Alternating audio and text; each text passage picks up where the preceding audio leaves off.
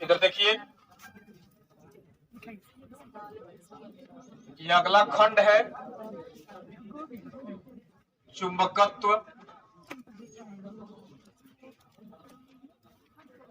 Magnetism इसको बोलते हैं। इसके अंदर पहला नंबर चैप्टर और टोटल 7वां नंबर चैप्टर अब हम स्टार्ट कर रहे हैं, जिसका नाम है गतिमान आवेश। गतिमान आवेश तथा चुंबकीय क्षेत्र।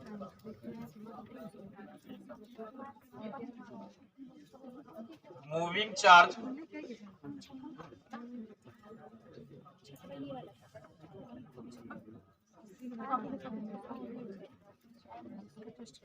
And magnetic field.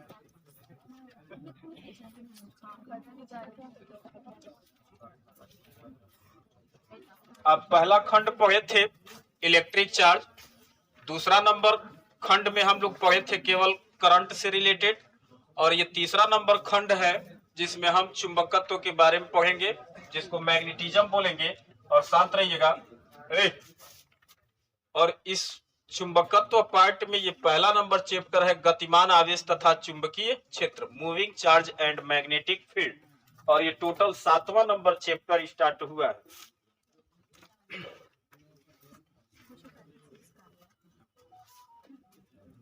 इसमें सबसे पहले हम लोग ओस्टेड का प्रयोग पढ़ेंगे। ये ओस्टेड का प्रयोग क्या है, ध्यान से देखिएगा।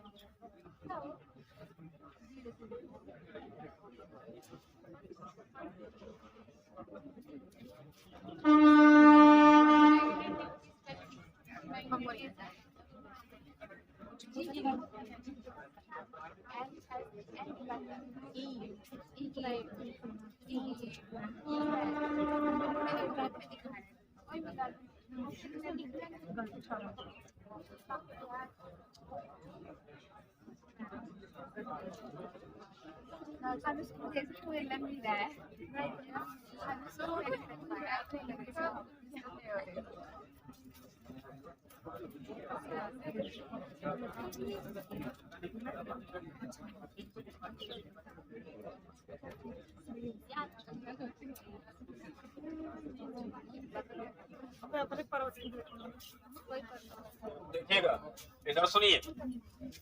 यहाँ जो नीचे बनाए हैं ये चुंबकीय सुई है, और चुंबकीय सुई की विशेषता ये होती है कि हमेशा उत्तर दक्षिण दिशा में ठहरती है, ठीक ना।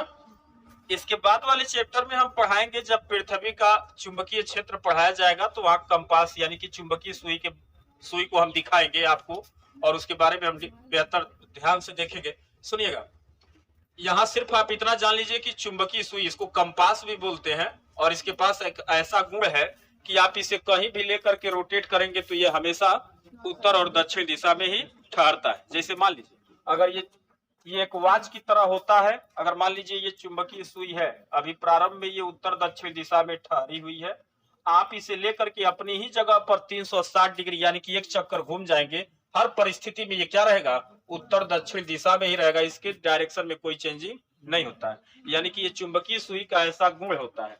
अच्छा, चुंबकीय सुई उत्तर दक्षिण दिशा में क्यों ठहरती है, तो इसके ठहराव से ये पता चलता है। सुनिएगा, जब हम बोले कि अगले चैप्टर में पृथ्वी का चुंबकत्व तो पढ़ेंगे, यानी कि पृथ्वी भी एक चुंबक की तरह व्यवहार करता है।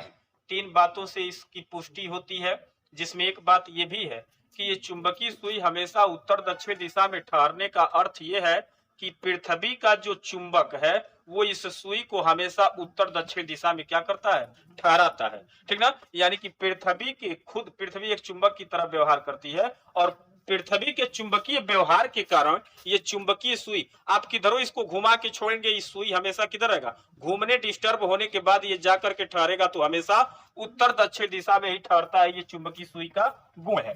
अब सुनिएगा, हम सबसे पहले ओस्टेट का प्रयोग पढ़ा रहे हैं। ओस्टेट का प्रयोग का मतलब ये है कि अगर हम किसी तार में, अगर मान लीजिए यहाँ कोई चालक तार है और इसमें आई एम्पियर का, अगर हम देखिएगा इस चैप्टर में आप इसे लाइन बाय लाइन समझेंगे तो ये कहानी की तरह ये भी दिखेगा। सुनिएगा, सबसे पहले हम ये बोले कि अगर ये चालक तार है, इसमें आई एम्पियर की मान लीजिए धारा प्रवाहित हो रहा है, तो इस चालक तार के चारों ओर चुंबकीय क्षेत्र उत्पन्न होता है। ठीक ना, इस बात की पुष्टि ओस्टेट के प्रयोग से होती है। उसके बाद जब ओस्टेट अपने प्रयोग से ये बता देता है कि जब किसी चालक तार में आप धारा प्रवाहित कराएंगे तो उसके चारों ओर क्या उत्पन्न होगा, चुंबकीय क्षेत्र। और अगर चुंबकीय क्षेत्र उत्पन्न होगा तो उस चुंबकीय क्षेत्र का कुछ न कुछ मान होना चाहिए। मान लीजिए आर दूरी पर कोई पॉइंट है और इस तार में आई एम्पियर की धारा प्रवाहित हो रही है, और धारा प्रवाहित होने के कारण इसके चारों ओर चुंबकीय क्षेत्र उत्पन्न हो रहा है। तो अगर किसी पॉइंट पर हमको चुंबकीय क्षेत्र का मान पता करना हो तो वो चुंबकीय क्षेत्र का मान क्या होगा, तो चुंबकीय क्षेत्र का मान पता करने के लिए सबसे पहले बायो और सेवर्ट आए और ये लोग बताए कि अगर किसी चालक तार में आप धारा प्रवाहित करेंगे, ठीक ना, तो उससे आर दूरी पर किसी बिंदु पर चुंबकीय क्षेत्र का मान कितना होगा।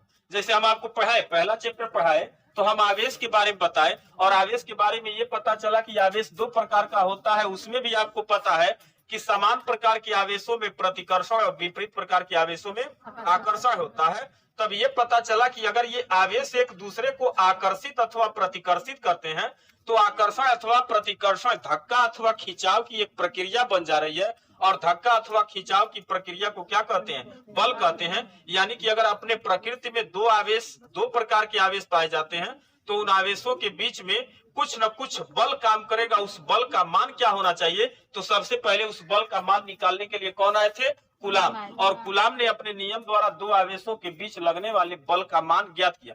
अगर दोनों आवेश, सोचिए, आप खुद सोचो कि अगर 2 आवेश है, या तो दोनों एक दूसरे को आकर्षित कर रहा है या प्रतिकर्षित कर रहा है, आकर्षण अथवा प्रतिकर्षण, धक्का अथवा खिंचाव की प्रक्रिया बन रही है। इस प्रक्रिया में ये धक्का अथवा खिंचाव की प्रक्रिया को ही बल कहते हैं। यानी कि आवेशों के बीच में कुछ न कुछ बल काम करेगा। तो अगर बल काम करेगा तो उसका कुछ न कुछ मान भी तो होना चाहिए। तो उस मान को पता करने के लिए सबसे पहले कुलाम आए और उसने बता दिया कि 2 आवेश अगर एक दूसरे से आर दूरी पर है तो उनके बीच में कितना आकर्षण अथवा प्रतिकर्षण बल लगेगा। उसी तरह सेम प्रकार से ये पता चला कि अगर किसी चालक तार में धारा प्रवाहित करते हैं तो उस चालक के तारों और चुंबकीय क्षेत्र उत्पन्न होता है। इस बात की पुष्टि ओस्टेड ने किया था। अब ये बात तो कंफर्म हो गया कि अगर चालक तार में आप धारा प्रवाहित कराएंगे तो उसके चारों ओर चुंबकीय क्षेत्र उत्पन्न होगा। तो उस चुंबकीय क्षेत्र का मान कितना होना चाहिए, तो उस मान को पता करने के लिए सबसे पहले कौन आए, बायो सेवर्ट। और बायो सेवर्ट ने बताया कि अगर आप किसी चालक तार में धारा प्रवाहित कराते हैं तो उस तार से कुछ दूरी पर किसी बिंदु पर चुंबकीय क्षेत्र का मान आप कैसे निकालेंगे, तो सबसे पहले बायो सेवर्ट है वो। इसके बाद हम पढ़ेंगे, ठीक ना, चुंबकीय क्षेत्र का मान निकालना बाद में पढ़ेंगे। उससे पहले पढ़े कि आखिर ओस्टेड ने क्या प्रयोग किया था और किस तरह बताया कि चालक तार में धारा प्रवाहित होती है तो चुंबकीय क्षेत्र उत्पन्न होता है। उससे पहले हम आपको चुंबकीय सुई के बारे में बताएं। चुंबकीय सुई का एक ऐसा गुण या ऐसा व्यवहार होता है कि आप उसे कितना भी डिस्टर्ब करके छोड़ेंगे वो हमेशा सुई उत्तर और दक्षिण दिशा में ही ठहरता है। अगर आपसे कोई पूछे कि चुंबकीय सुई में ये गुण आता कैसे है, वो हमेशा उत्तर दक्षिण दिशा में ही क्यों ठहरता है, तो उसका जवाब ये होता है कि पृथ्वी खुद एक चुंबक की तरह व्यवहार करती है और पृथ्वी के चुंबकीय प्रभाव के कारण ये चुंबकीय सुई हमेशा उत्तर दक्षिण दिशा में ठहरती है। ठीक ना। एक बात बताएंगे, बोले तो इसको आगे बताएंगे, ठीक ना। अभी आप इतना जान लीजिए कि चुंबकीय सुई कंपास जिसको बोला जाता है, इसका एक ऐसा गुण है कि ये सुई हमेशा उत्तर दक्षिण दिशा में ही ठहरता है। आप इसे कितना और डिस्टर्ब करेंगे, ये हमेशा उत्तर दक्षिण दिशा में ही ठहरता है। लेकिन अगर इस चुंबकीय सुई के समीप आप किसी दूसरे चुंबक को, बाहरी किसी दूसरे चुंबक को लेके आते हैं, तो उस चुंबक के कारण ये चुंबकीय सुई क्या हो जाती है, प्रभावित हो जाती है, ठीक ना। अगर देखिएगा इसमें नॉर्थ और साउथ बनाया गया है। अगर आप कोई चुंबक लेके आए और मान लीजिए उसका ये वाला पार्ट साउथ है, ठीक ना, तो हमेशा साउथ क्या करता है, नॉर्थ को अपनी ओर अट्रैक्ट करता है। इस चुंबक को यहीं रख के इस चुंबकीय सुई के चारों रोटेट करेंगे तो ये चुंबकीय सुई का जो ये सिरा है ये हमेशा साउथ की ओर में ही रह करके, क्योंकि इसके अट्रैक्शन में आ जाएगा और उसके अट्रैक्शन के कारण ये क्या होगा, घूमेगा। जैसे जैसे आप चुंबक घुमाएंगे वैसे वैसे चुंबकीय सुई घूमेगा, ठीक ना। तो ये चुंबकीय सुई अगर कोई चुंबक नहीं है तो हमेशा उत्तर दक्षिण दिशा में ठहरता है। अगर इसके समीप आप कोई चुंबक लेके आते हैं तो उस चुंबक के प्रभाव के कारण ये चुंबकीय सुई डिस्टर्ब होती है, प्रभावित होती है। अब सुनिएगा, यहाँ आपको दिखाया गया है फिगर में, हम एक बैटरी लगाए, इसका ये धन सिरा है और इसका ये ऋण सिरा है। इसके साथ में कुंजी है, स्विच लगा हुआ है, ये एक तार के साथ जोड़ी गई है बैटरी। हम इसके बगलिए में जस्ट एक क्या रखे हैं, चुंबकीय सुई यानी कि कंपास रखा गया।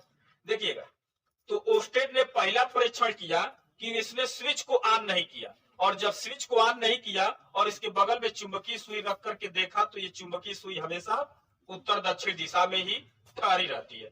मतलब कि इसमें धारा का प्रवाह नहीं हो रहा था, तो ये चुंबकीय सुई प्रभावित नहीं थी, ये बिल्कुल अपने ही पोजीशन में उत्तर दक्षिण दिशा में थी। लेकिन उसने जैसे ही स्विच को ऑन किया तो धारा हमेशा बैटरी के धन प्लेट से प्रवाहित होता है। यानी कि अगर आई एम्पियर की धारा, स्विच को ऑन किया, अब आई एम्पियर की धारा इस परिपथ में प्रवाहित होना शुरू हो गया है। तो सुनिएगा, ये धारा इस डायरेक्शन से होकर के इसमें प्रवाहित हो रहा है। और जैसे उसने स्विच ऑन किया तो उसने देखा कि ये चुंबकीय सुई क्या हो गया है, प्रभावित हो गया। उसे विश्वास नहीं हुआ, उसने कई बार इस प्रेक्षण को, कई बार स्विच को ऑन ऑफ करके देखा, यानी कि जब ऑफ करता था तो ये उत्तर दक्षिण दिशा में हो जाता था, और जैसे स्विच ऑन करता था तो ये तुरंत सुई घूम करके एक दूसरे दिशा में ठहर जाती थी, ठीक। तो उसको लगा कि हो सकता है ये डिस्टर्ब हो। उसने अगला प्रेक्षण किया और अगले प्रेक्षण में उसने बैटरी की ध्रुवता को चेंज कर दिया। यानी कि जो सिरा पहले प्लस था उसको अब किसमें, माइनस में, और जो माइनस था उसको प्लस बना दिया। अब उसने स्विच को ऑन किया तो अब धारा का डायरेक्शन बदल गया। पहले धारा एंटी क्लॉकवाइज डायरेक्शन में प्रवाहित हो रही थी तो चुंबकीय सुई प्रभावित हुआ था, और अब देखिएगा धारा की दिशा चेंज किया, यानी कि अब ये क्लॉकवाइज में हो गया, तो तब भी ये चुंबकीय सुई प्रभावित हुआ। यहाँ भी कई बार स्विच को ऑन ऑफ करके देखा गया, जब स्विच को ऑफ किया जा रहा था तो इस चुंबकीय सुई उत्तर दक्षिण दिशा में ठहर जा रही थी, और जैसे ही स्विच ऑन करता था तुरंत ये क्या हो जाता था, एक दूसरे दिशा में आकर के प्रभावित होकर के घूम करके एक दूसरे दिशा में आकर के ठहरी। तो उसने कहा कि चुंबकीय सुई को सिर्फ चुंबक ही प्रभावित कर सकता है, और जैसे हम स्विच को ऑन करके तार में धारा प्रवाहित करा रहे हैं तो ये सुई प्रभावित हो रही है।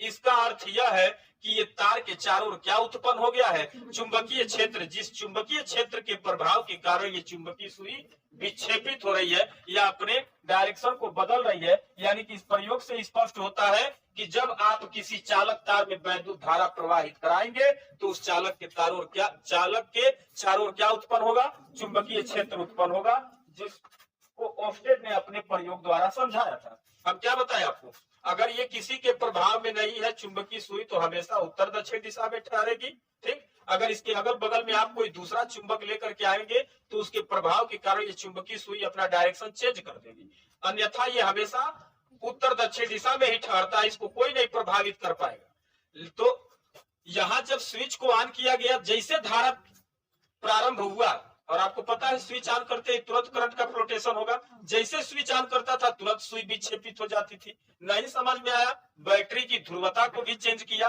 धारा की दिशा को बदल दिया, तो देखा अब सुई दूसरे दिशा में घूम रही है, अब भी प्रभावित हो रही है। तो उसने कहा कि ये सुई प्रभावित तभी हो सकती है जब इसके अगल बगल कोई दूसरा चुंबक होगा, तब यानी कि उसने ये निष्कर्ष निकाला कि जब आप किसी चालक तार में धारा प्रवाहित कराएंगे तो उस चालक तार के चारों ओर क्या उत्पन्न होगा, चुंबकीय क्षेत्र उत्पन्न होगा।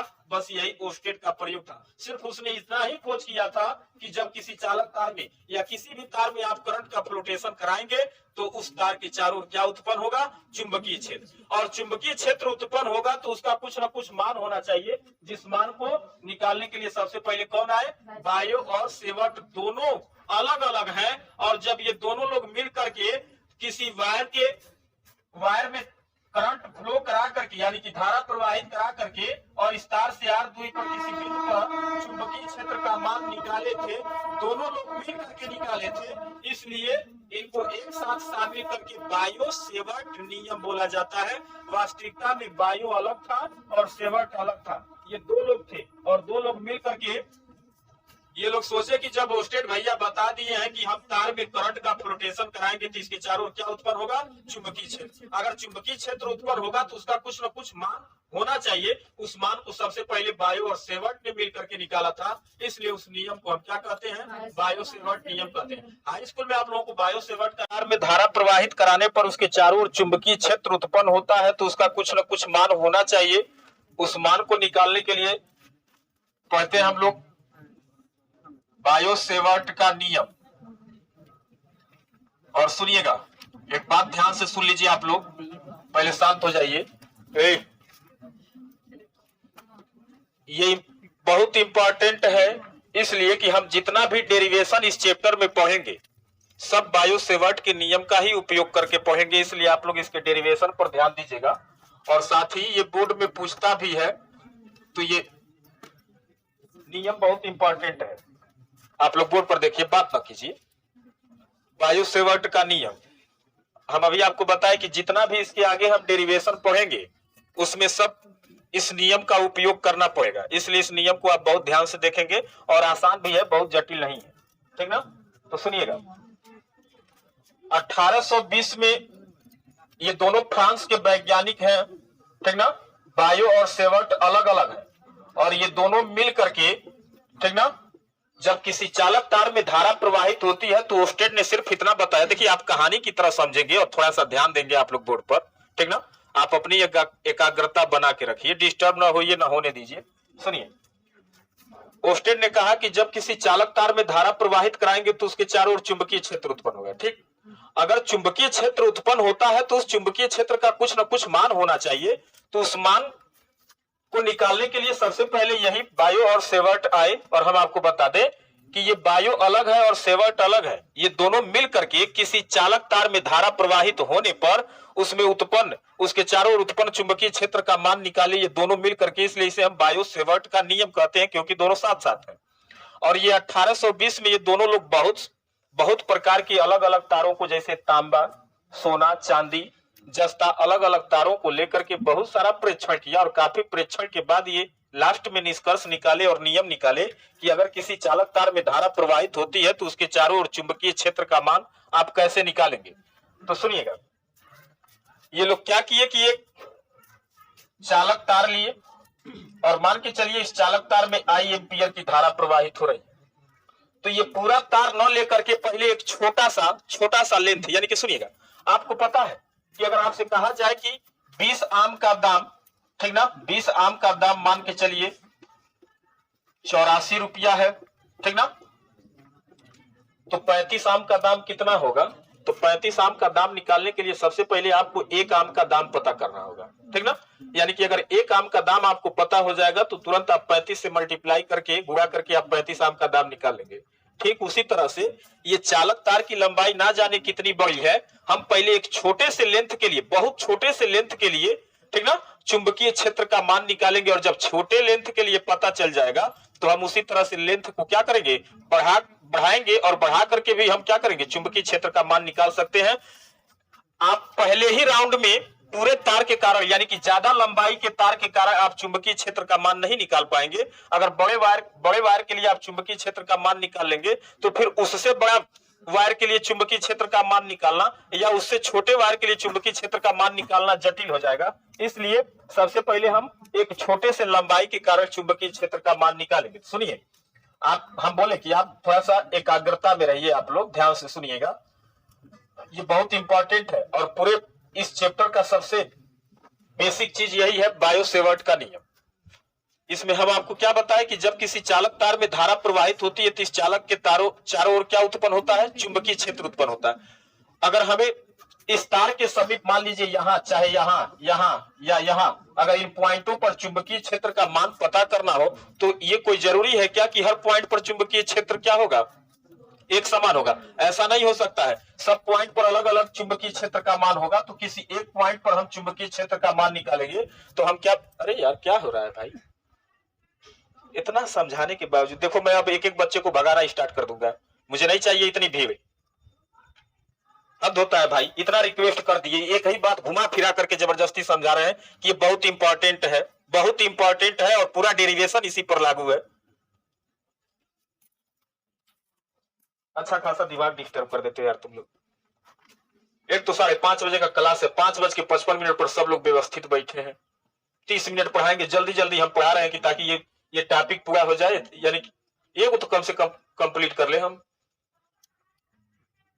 मतलब अगर एक नालायक है तो उसके चलते 10 को पढ़ने वाले भी डिस्टर्ब होंगे, तो मैं ऐसा नहीं करूंगा, हम तुरंत निष्कासित कर देंगे। और देखिए अब मेरे दिमाग में लिस्ट बना हुआ है, शकल सूरत नाम सब पता है।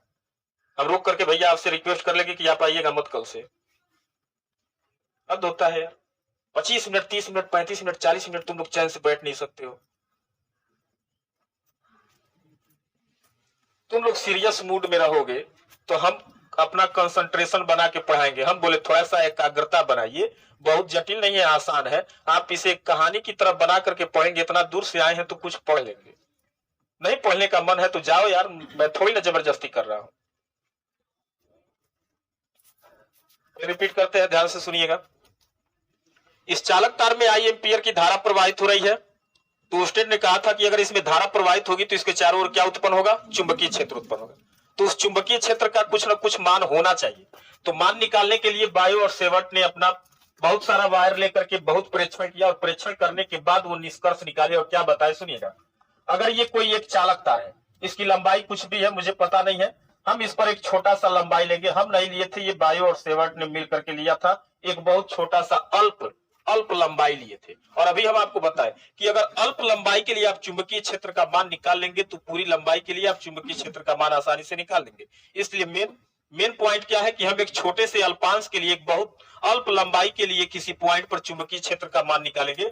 मान लीजिए इस तार से स्मॉल r दूरी पर यहाँ कोई पॉइंट है और इस पॉइंट पर हमको चुंबकीय क्षेत्र का मान निकालना है। क्यों? क्योंकि जब किसी चालक तार में धारा प्रवाहित होती है तो यह धारा प्रवाहित होने के कारण यह तार एक चुंबक बन जाता है, और चुंबक बनने के कारण इसके चारों ओर चुंबकीय क्षेत्र उत्पन्न होता है। तो उस चुंबकीय क्षेत्र का कुछ ना कुछ मान होना चाहिए, वही मान हम निकाल रहे हैं। अगर हम इस अल्पांश से इस पॉइंट को मिलाए हैं तो इसके साथ, ये अल्पांश के साथ ये वाला लाइन कुछ कोण बनाया है, उसको हम थीटा मान लिए। सुनिएगा, बायो और सेवर्ट ने मिलकर के अपने परीक्षण के आधार पर निष्कर्ष निकाला, और उसने कहा कि अगर आप एक छोटा सा अल्पांश डेल्टा एल लेते हैं तो इस अल्पांश के कारण इस बिंदु P पर चुंबकीय क्षेत्र का मान, ठीक ना, देखिए अल्पांश तार छोटा है तो इसके लिए उत्पन्न चुंबकीय क्षेत्र का मान भी क्या होगा, छोटा होगा। और छोटे मान को प्रदर्शित करने के लिए डेल्टा या डी का प्रयोग करते हैं। तो यहाँ जो भी चुंबकीय क्षेत्र उत्पन्न होगा, एक बात तो चुंबकीय क्षेत्र को कैपिटल बी से प्रदर्शित करेंगे, डेल्टा उसके आगे लगाए हैं, यानी कि अल्प लंबाई के कारण चुंबकीय क्षेत्र का मान भी अल्प होगा, तो डेल्टा लगाए। अगर डेल्टा हटा देंगे तो बी चुंबकीय क्षेत्र का मान बहुत ज्यादा हो जाएगा, प्रबल हो जाएगा। तो वायर ही बहुत छोटा है तो प्रबल चुंबकीय क्षेत्र कैसे होगा, इसलिए ये डेल्टा बी लिए हैं। और ये लोग अपने परीक्षण के आधार पर बताए कि ये जो भी पॉइंट P पर चुंबकीय क्षेत्र होगा, जिसको थोड़े समय के लिए डेल्टा बी मान लिया गया है, इस चुंबकीय क्षेत्र का मान इस चालक में प्रवाहित धारा के अनुक्रमानुपाती होगा। यानी कि आप धारा के मान को बढ़ाएंगे तो चुंबकीय क्षेत्र का मान भी क्या होता जाएगा, बढ़ेगा। सुनिए, अगर पहले धारा ही ना प्रवाहित कराया जाए तो क्या चुंबकीय क्षेत्र उत्पन्न होगा? नहीं। यानी कि लॉजिक तुरंत यहां से समझ में आ जाना चाहिए कि धारा जब नहीं है तो चुंबकीय क्षेत्र जीरो, यानी कि कम धारा तो कम चुंबकीय क्षेत्र, ज्यादा धारा तो ज्यादा चुंबकीय क्षेत्र। यानी कि धारा के मान को बढ़ाते जाएंगे तो चुंबकीय क्षेत्र का मान भी क्या होता जाएगा? बढ़ता जाएगा। इसलिए डेल्टा बी प्रोपोर्शनल किसके? आई। ये बायो और सेवर्ट बताए, ठीक ना, कि चालक में प्रवाहित धारा के अनुक्रमानुपाती होता है चुंबकीय क्षेत्र का मान। आप धारा को जितना ज्यादा प्रबल करेंगे उतना ही चुंबकीय क्षेत्र का मान क्या होता जाएगा? बढ़ता जाएगा। दूसरा नंबर, ये चुंबकीय क्षेत्र का मान इस अल्पांश की यानी कि डेल्टा यल की, ठीक ना, इस लघु अवयव की लंबाई के अनुक्रमानुपाती होगा। छोटा लंबाई तो छोटा चुंबकीय क्षेत्र, और जैसे जैसे लंबाई आप बढ़ाते जाएंगे चुंबकीय क्षेत्र का मान भी क्या होता जाएगा? बढ़ता जाएगा। ठीक। तीसरा नंबर, डेल्टा बी प्रोपोर्शनल होता है, ये अल्पांश के साथ इस बिंदु को मिलाने वाली रेखा के बीच जो कोण बना है थीटा, इस थीटा के, देखिए आपको पता है कि साइन थीटा को हम ज्या बोलते हैं और कास थीटा को कुज्या बोला जाता है, और टैन थीटा को स्पर्शज्या बोलते हैं। टैन थीटा को स्पर्शज्या बोला जाता है, ठीक ना।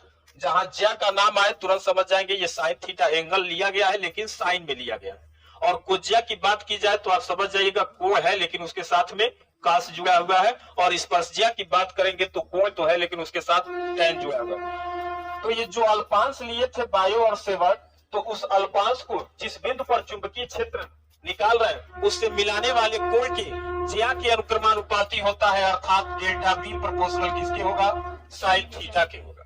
एक बात तो, ये डेल्टा बी का मान यानी कि बिंदु बी पर स्थान के कारण, इस अल्पांश के कारण चुंबकीय क्षेत्र का मान इसकी दूरी के वर्ग के व्युत्क्रमानुपाती होता है। यानी कि आप दूरी बढ़ाते जाएंगे, इस चालक तार से दूर होते जाएंगे तो चुंबकीय क्षेत्र का मान क्या होता जाएगा? घटता जाएगा। और जितना ही तार के नजदीक आएंगे चुंबकीय क्षेत्र का मान प्रबल होता जाएगा। तो डेल्टा बी प्रोपोर्शनल क्या हो जाएगा? 1/r²। व्युत्क्रमानुपाती है, उल्टा है तो 1/r² लिखेंगे। चारों नियमों को मिलाएंगे तो डेल्टा बी प्रोपोर्शनल आई डेल्टा यल साइन थीटा, और साथ में क्या था? 1/r²। या आप इसे लिख सकते हैं डेल्टा बी प्रोपोर्शनल आई डेल्टा एल साइन थीटा, और डिवाइड बाय क्या लिखें? r²। आपको पता है फिजिक्स में जब भी अनुक्रमानुपाती का चिन्ह हटाते हैं तो एक नियतांक लगाते हैं। अगर हम इस अनुक्रमानुपाती को हटाएंगे तो यहाँ μ0/4 और I delta L sine theta divide by क्या होगा? r² होगा। जहां μ0/4 एक अनुक्रमानुपाती नियतांक होता है। जैसे, एक मिनट सुनिएगा, पहले चैप्टर में चलते हैं। ये कहा गया कि अगर आवेश है तो आवेश दो प्रकार का होता है, एक धन आवेश, एक ऋण आवेश, ठीक। और आवेशों के बीच में आकर्षण अथवा प्रतिकर्षण होता है। और आपको पता है आकर्षण अथवा प्रतिकर्षण एक प्रकार का बल है। तो आवेशों के बीच में बल काम करता है। अगर बल काम करता है तो उस बल का कुछ न कुछ मान होना चाहिए। तो उस मान को निकालने के लिए सबसे पहले कूलाम आए, और उन्होंने कहा कि अगर दो आवेश एक दूसरे से r दूरी पर हवा या निर्वात में स्थित है तो इनके बीच लगने वाला बल दोनों आवेशों के गुणनफल के अनुक्रमानुपाती, यानी कि आवेशों का मान बढ़ाएंगे तो उनके बीच लगने वाले आकर्षण अथवा प्रतिकर्षण बल का मान बढ़ेगा। और उनके बीच की दूरी के वर्ग के व्युत्क्रमानुपाती, आवेशों के बीच की दूरी बढ़ाएंगे तो उनके बीच लगने वाले आकर्षण अथवा प्रतिकर्षण बल का मान क्या होगा? कम होगा। दोनों नियमों को मिलाया गया था तो Q1 Q2/r², और यहाँ अनुक्रमानुपाती में 1/4πε0 Q1 Q2 डिवाइड बाई क्या आया था? r²। जहां 1/4πε0 एक अनुक्रमानुपाती नियतांक था, जिसमें ε0 को एक नाम दिया गया था जिसे निर्वात की विद्युतशीलता कहते हैं, ठीक ना। ये निर्वात की विद्युतशीलता है।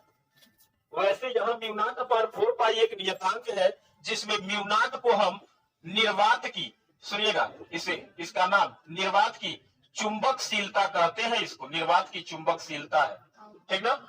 यहाँ ε0 क्या था? निर्वात की विद्युतशीलता। यानी कि हम वैद्युत आवेश पढ़ रहे थे, अब क्या पढ़ रहे हैं? चुंबकत्व पढ़ रहे थे। ये निर्वात की क्या है? चुंबकशीलता है, μ0, ठीक ना। तो यहाँ हम लिख सकते हैं, क्या लिखेंगे कि जहां μ0/4 एक अनुक्रमानुपाती नियतांक है, अनुक्रमानुपाती नियतांक है, ठीक ना। यानी कि आपको सुनिएगा, चालक तार में प्रवाहित धारा का मान पता चल जाए, आई का मान, और कितना लंबाई का आप वायर लिए हैं, कितने लंबाई के वायर के कारण चुंबकीय क्षेत्र का मान निकालना है, डेल्टा एल आपको पता चल जाए, और जिस बिंदु पर आप चुंबकीय क्षेत्र का मान निकाल रहे हो वह डेल्टा एल के साथ कुछ कोण बनाए, उस कोण का मान पता चल जाए, थीटा का मान पता चल जाए आपको, और कितना डिस्टेंस पर तार से आप कितना दूरी पर निकाल रहे हैं, आर का मान पता चल जाए, ठीक ना, तो आप उस बिंदु पर चुंबकीय क्षेत्र का मान निकाल सकते हैं। लेकिन सुनिएगा, इसमें म्यू नॉट अपॉन 4 पाई का एक आंकिक मान होता है। देखा जाए तो केवल जैसे यहाँ एप्सिलॉन 0 का मान होता है 8.85 × 10 की घात -12, ठीक है, वैसे यहाँ सिर्फ म्यू नॉट का मान होता है 4 पाई × 10 की पावर -7 होता है, ठीक ना। मात्रक अभी इसका लिखेंगे हम, तो अभी केवल आंकिक मान लिखे हैं। म्यू नॉट का जो निर्वात की चुंबकशीलता बोली जाती है, यह एक नियतांक है, ठीक ना, जिसका फिक्स मान होता है 4 पाई × 10 की पावर -7, या आप म्यू नॉट अपॉन 4 पाई को इसके नीचे डिवाइड कर देंगे तो ये 10 की पावर माइनस कितना हो जाएगा, 7 हो जाएगा। जैसे आप टोटल 1/4 पाई एप्सिलॉन 0 का मान कूलाम ने अपने प्रेक्षक द्वारा बताया था कि इसका मान 9.0 × 10 की पावर 9 होता है, वैसे यहाँ म्यू नॉट अपॉन 4 पाई का एक फिक्स मान होता है जिसका मान कितना है, 10 की पावर -7 है, ठीक है। तो अगर गोस्टेड ने कहा कि अगर किसी चालक तार में आप धारा प्रवाहित कराते हैं तो उसके कारण चुंबकीय क्षेत्र उत्पन्न होता है।